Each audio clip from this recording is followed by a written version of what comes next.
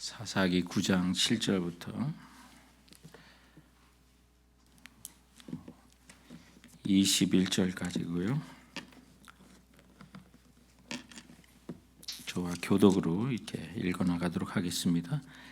제가 먼저 봉독합니다. 사람들이 요담에게 그 일을 알림해 요담이 그린 진산 꼭대기로 가서 서서 그의 목소리를 높여 그들에게 외쳐 이르되 세겜 사람들아 내 말을 들으라. 그리하여야 하나님이 너희의 말을 들으시리라. 하루는 나무들이 나가서 기름을 부어 자신들 위에 왕으로 삼으려 하여 감람나무에게 이르되 너는 우리 위에 왕이 되라 하며 감람나무가 그들에게 이르되 내게 있는 나의 기름감은 하나님과 사람을 영화롭게 하나니 내가 어찌 그것을 버리고 가서 나무들 위에 우쭐 대리오 한지라. 나무들이 또 무화과나무에게 이르되 너는 와서 우리 위에 왕이 되라. 무화과나무가 그들에게 이르되 나의 단 것과 나의 아름다운 열매를 내가 어찌 버리고 가서 나무들 위에 우쭐 대리오 한지라.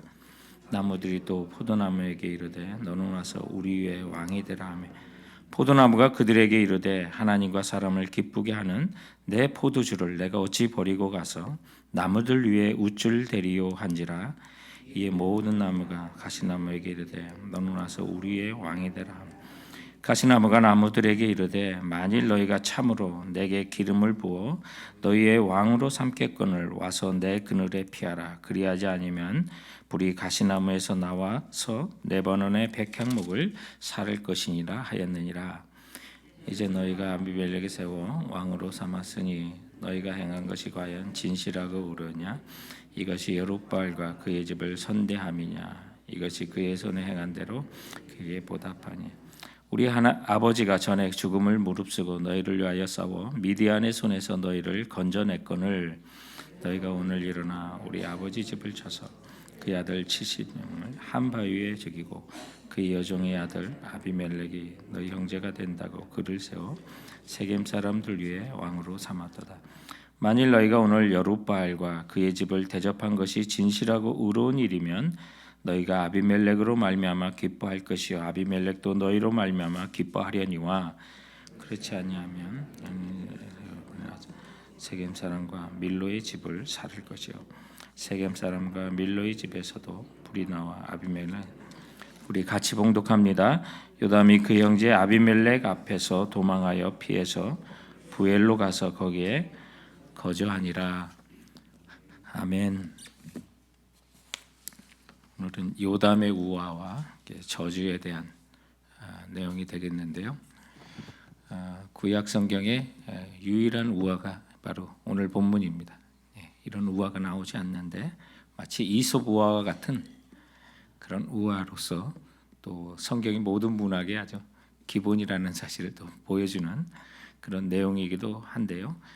이제 여룻바알이라고 하는 기드온의 그 아들이 여러 70명 이상이 있었던 것을 확인하게 되고 또 오늘 본문에 나오는 이제 아비멜렉이라고 하는 못된 아들이 있는데 이제 사사기 8장 30절과 31절에 보면 이제 세겜 출신의 부인에게서 낳은 그런 아들이었습니다. 그래서 오늘 이 세겜이라고 하는 그 어머니의 고향에서 지금 펼쳐지는 지금 일들이 오늘 이 본문 속에 있는데 이 아비멜렉이 이제 아들들에게나 본인에게나 왕이 되지는 않는다.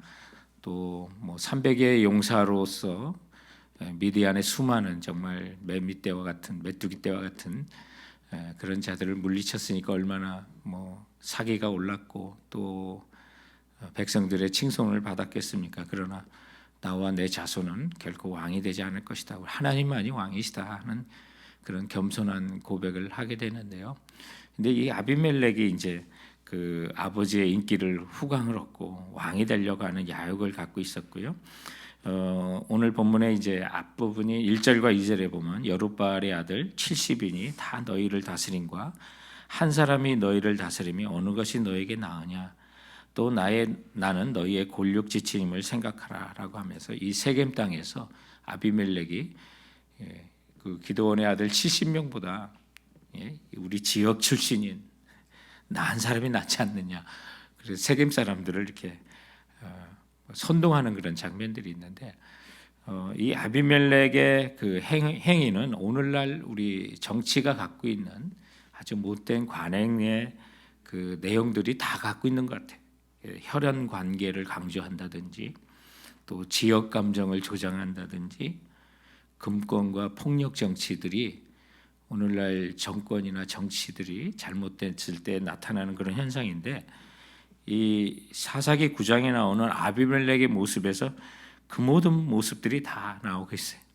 그래서 어머니의 혈연에 따라서 또 세겜 사람들을 이렇게 선동한다든지, 또 지역을 감정을 조장해서 다른 출신보다는 우리가 남이가라고 하면서 우리 지역 출신 아비멜렉을 밀어달라 이런 표현을 하면서 세겜 사람들에게 우리가 형제다라고 하는 그런 요청을 하게 되는 것이 있는데요.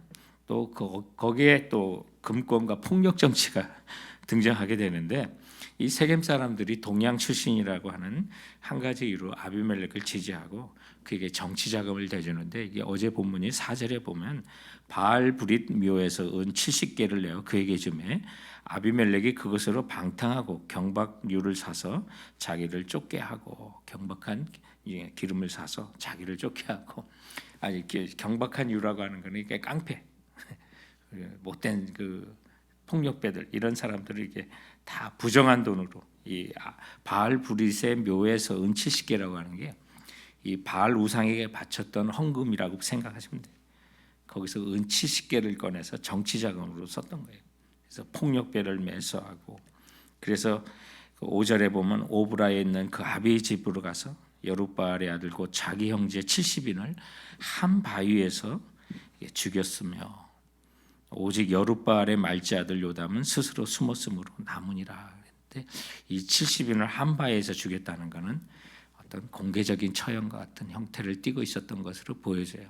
그러니까 이 철저한 계략에 의해서 형제들을 다 모아서 동시에 이렇게 죽이게 되는 아주 만행 중의 만행을 저지르게 되는 그런 현상들이 있게 됩니다. 그래서 스스로 이제 이스라엘의 왕이 되려고 하는 그런 시도를 하게 되는데, 이때 살아남은 요담이 이제 얼마나 억울한 마음이 있겠습니까? 그리고 세겜 사람들의 그 어리석은 행동에 대해서 정말 지적하고 싶은 마음이 있었겠습니까? 그래서 다행히 살아남았던 이 요담이라고 하는 사람이, 이제 세겜이라고 하는 것은 우리가 잘 아시다시피 축복의 산 그림신산과 저주의 산 에발산이 양쪽으로 있는 그 중간에 있는 그런 지역입니다. 그래서 그림신산이라고 하는 것에 돌로 다듬지 않은 원래는 저주의 산 에발산에 돌로 다듬지 않는 그런 하나님을 제사하는 그 예배터를 이렇게 하게 하셨는데, 사람들이 자기 신앙대로 예수 믿으니까 그림신산에 돌로 아주 잘 다듬은 그런 제단이 있어요. 제가 가서 보고 왔는데, 그래서 그 그림신산에서는 이 세겜 땅이 아래로 내려다 보이고 반대편에는 이제 에발산이 있기 때문에 어떤 그 공명 같은 역할을 하는 거예요. 원형극장과 같은. 그러니까 충분히 자기가 생명의 위협을 좀 벗어나서 멀리에서 그 높은 곳에서 얼마든지 큰 소리로 하면 이 세겜 땅의 소리가 번질만 하겠더라고요. 바로 그런 현장에서 지금 오늘 말씀하고 있는 본문이 이제 7절부터 또 15절까지가 이 요담의 우화가 등장하게 되고요. 그리고 이제 16절부터 21절까지는 요담의 저주가 이제 기록이 되고 있는 그런 내용들이 있습니다.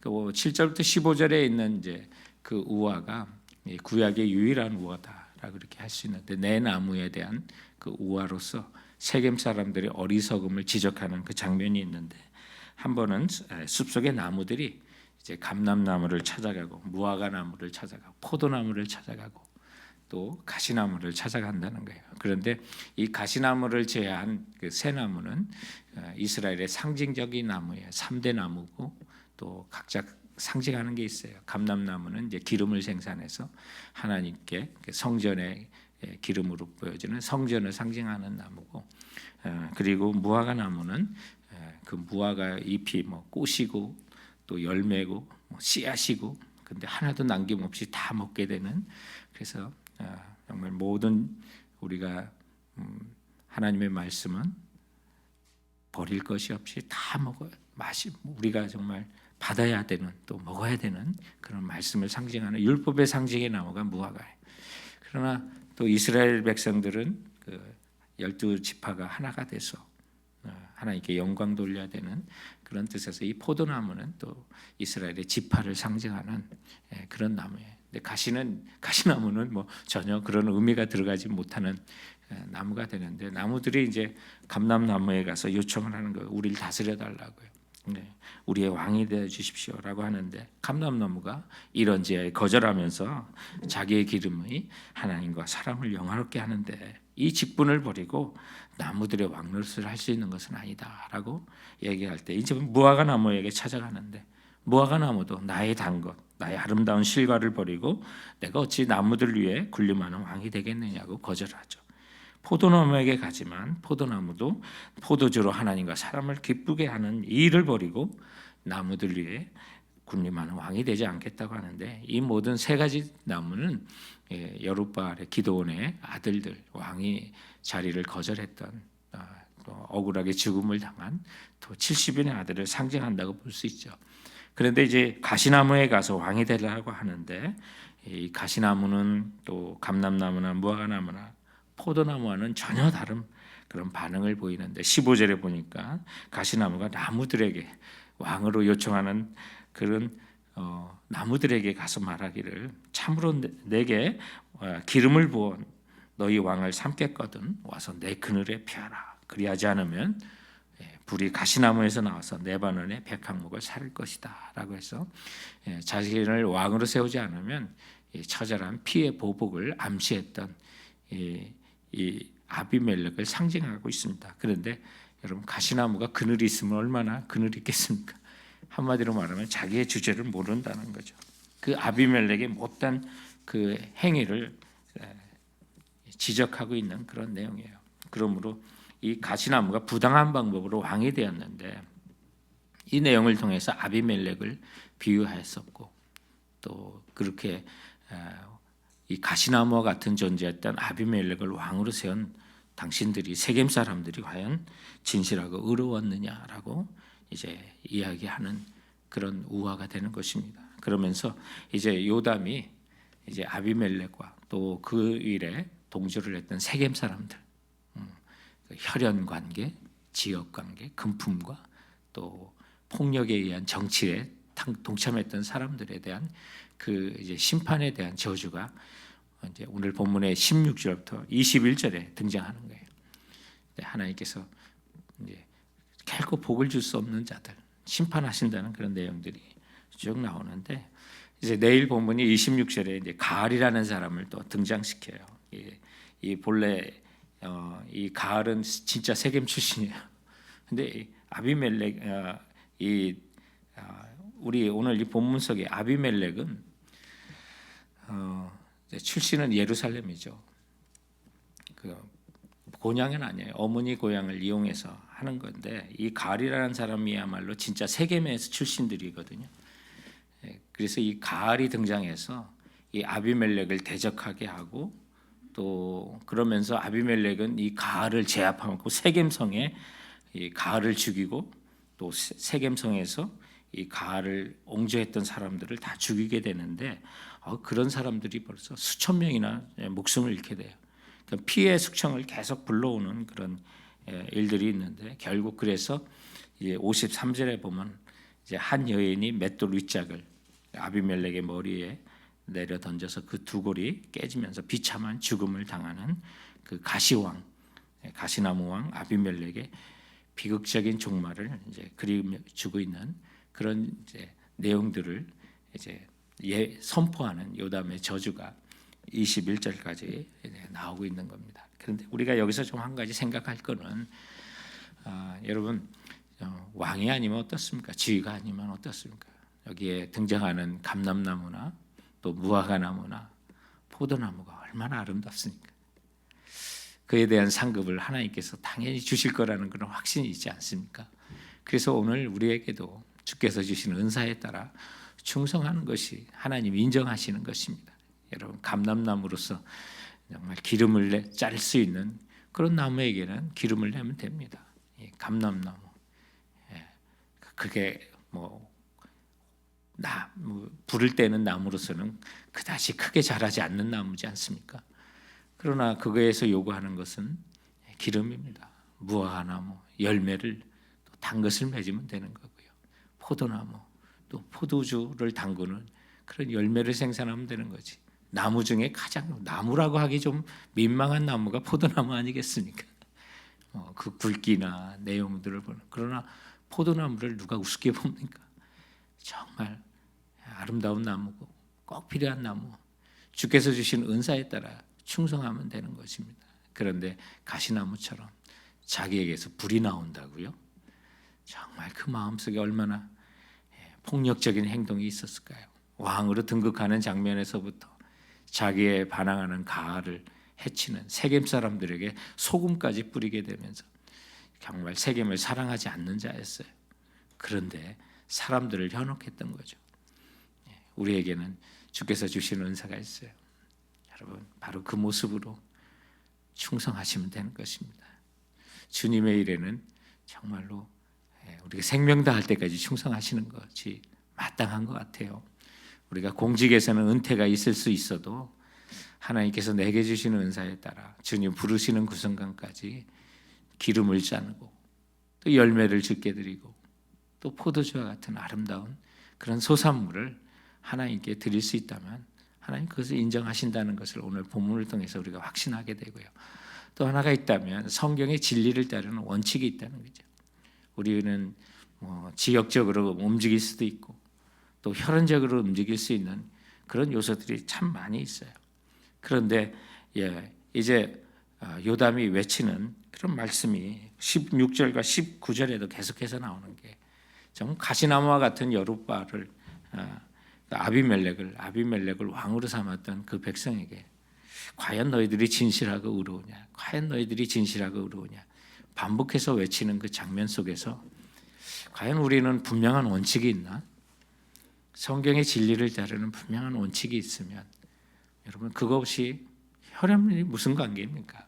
지역이 무슨 관계입니까? 우리 동산지기들과 함께 우리 지난주에 이 본문을 사사기 9장을 다루면서 이 아비멜렉이 세겜 사람들을 현혹하는 그 장면 속에 우리에겐 또 이런 모습이 뭐가 있을까? 뭐가 있을까? 근데 교회 안에서도 끼리끼리라는 게 이런 것의 하나의 징조가 아닌가? 친한 사람이 있는가 하면 외면당하는 사람이 있고 우리끼리라고 하면서 교회 안에서도 공동체 안에 정말 함께 하지 못하는 소수의 사람들이 얼마든지 있을 수 있는 것을 우리가 살펴봤던 거예요. 그러면 여러분 그것이 옳은 것입니까? 그게 진실한 것입니까? 그러나 성경의 진리를 따르면 사랑해야 되는 거죠. 부모해야 되고 하나가 되는 거죠. 우리에게는 때로는 혈연과 또 지연과 여러 가지 면에서 우리를 흔들 수 있는 그런 환경이 찾아온다 하더라도 여러분 우리는 하나님의 말씀 이 진리의 분명한 원칙 속에서 과연 진실하고 의로우냐 이 음성을 우리 날마다 들을 수 있어야만 하는 것입니다. 그러므로 오늘 이 본문을 통해서 우리가 자신의 주어진 은사에 따라 충성을 다하시고 하나님의 말씀에 우리가 정말 분명한 삶의 원칙을 가지고 지니고 살 때 오늘 요담의 외침 우리에게도 들리는 그 외침은 바로 그것입니다. 과연 진실하고 의로우십니까? 과연 진실하고 의로우십니까? 우리가 이 질문에 아멘 대답할 수 있는 우리 성도로 굳건하게 정말 주님 앞에 서기를 우리 성도들 되시기 주님의 이름으로 축원드립니다. 오늘 말씀